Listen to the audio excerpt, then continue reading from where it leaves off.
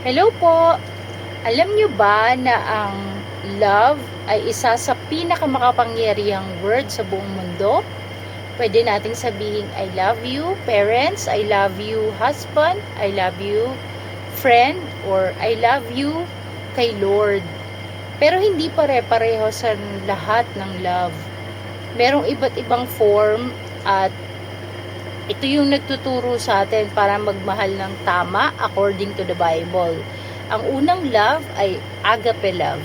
Sabi po ng Romans 5:8, while we were still sinners, Christ died for us. And another one is the John 3:16 na nagsasabi sa atin na binigay ni God the Father si Jesus Christ to die para tayo maligtas, magkaroon ng buhay na walang hanggan, hindi tayo mapahama kundi magkaroon ng buhay na walang hanggan.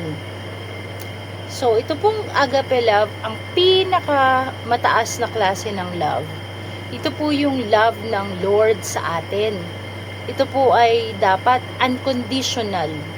Ito po ay selfless. At ito rin po ay nagre-require ng sacrifice. Wala pong ibang makakatapat sa pagmamahal ng Lord. Siya lang po ang may kayang gumawa ng ganitong klaseng pagmamahal. Second po, yung eros love.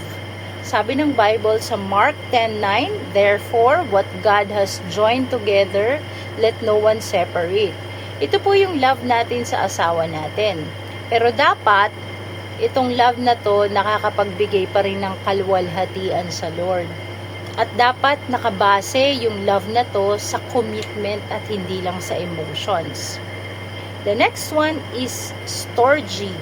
This is a family love. Sabi ng Exodus 20:12, honor your father and your mother. And sabi din ng Ephesians 6:4, parents are instructed to guide their children in the Lord. Ito yung love for the family. At ito yung design ng Lord. Ito rin ay may kasamang respect, care, guidance, and yung forgiveness. Wala namang perfect na pamilya, pero tinuturuan tayo ng Lord kung paano magmahal ng tama.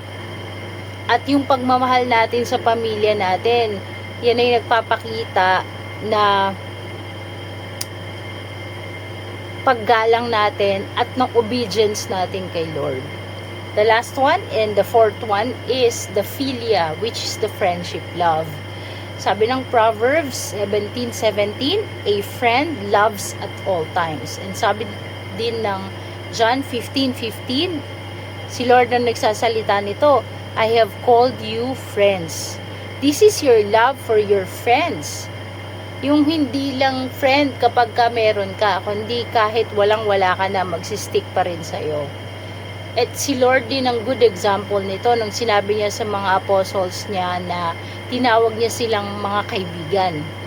Kaya dapat pumili ka ng totoong kaibigan na una, maglalapit sa'yo sa Diyos. Pangalawa, pag nakita mo yung pag-ibig ng Diyos sa buhay ng tao na yun ang piliin mong kaibigan.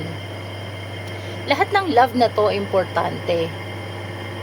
Pero ang love, agape love, yung pinakamataas at siyang foundation ng lahat ng love.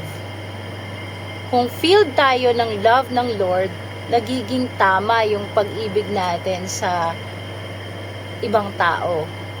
Sabi ng 1 John 4:19, we love because He first loved us. Ang tunay na pag-ibig ay galing sa Lord. Maraming salamat po and God bless everyone.